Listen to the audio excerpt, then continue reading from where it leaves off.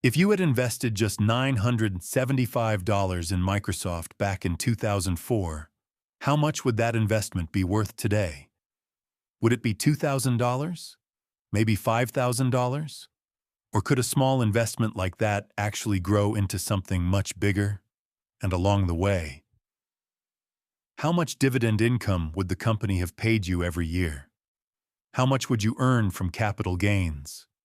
And what would be the annualized return on that investment? In this video, we're going to break down a complete long-term investment case study using real historical data. We'll see what would have happened if an investor bought Microsoft stock more than 20 years ago and simply held it. Let's get started. Suppose we invested $975 in Microsoft on November 15, 2004. At that time, the stock price was approximately $27.09 per share. With this investment, we were able to buy 36 shares of Microsoft. Now imagine doing something very simple. No trading, no timing the market, no buying and selling every few months. Just buy the shares and hold them for the long term. But there's another important part of investing in large companies like Microsoft, and that is dividends.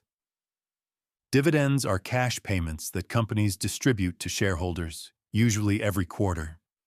So if you own shares of a company, you may receive regular income simply for holding those shares. Let's see how that played out in this case study. In the early years, Microsoft's dividends were relatively small. In 2005, the company paid dividends of about 8 cents per share each quarter. With our 36 shares, each payment gave us around $2.88.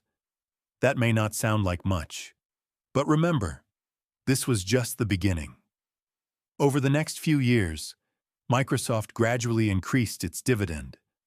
By 2006 and 2007, the dividend had increased to around 9 cents to 10 cents per share, which meant each payment grew to roughly $3.24 to $3.60. Then something interesting happened. Microsoft continued increasing its dividend almost every few years.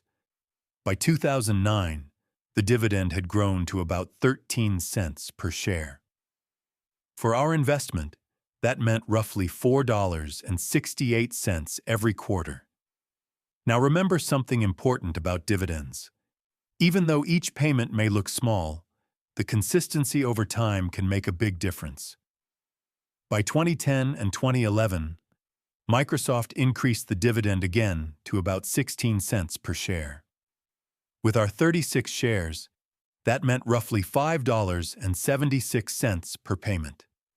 Then, in 2012, the dividend rose again to around 20 cents per share, and later to 23 cents per share.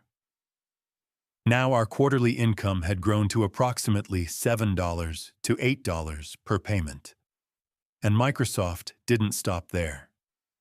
Over the next decade, the company kept increasing its dividend almost regularly. By 2014 and 2015, dividends had grown to around 28 cents to 36 cents per share, which meant each payment was now roughly $10 to $13. A few years later, in 2017 and 2018, the dividend reached about 39 cents to 46 cents per share. Our quarterly income was now around $14 to $16. Then, in 2020, Microsoft increased the dividend again to approximately 56 cents per share, which meant about $20 per payment for our 36 shares. By 2022 and 2023, the dividend had grown further to about 62 cents to 68 cents per share. Now each payment was roughly $22 to $24. And by 2025, the dividend had increased to approximately 91 cents per share. That meant about $32.76 in dividend income for that payment alone. When we add up all the dividends received from 2005 to 2025, The total comes to approximately $1,095 in cash income. But dividends are only one part of the story. The other major part is capital appreciation. Remember, our original investment was $975, and we purchased 36 shares of Microsoft.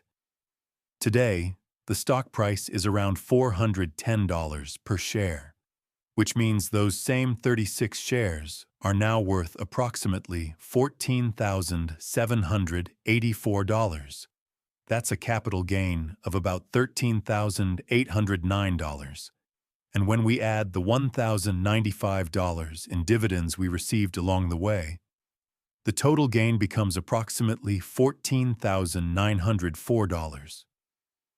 Think about that for a moment.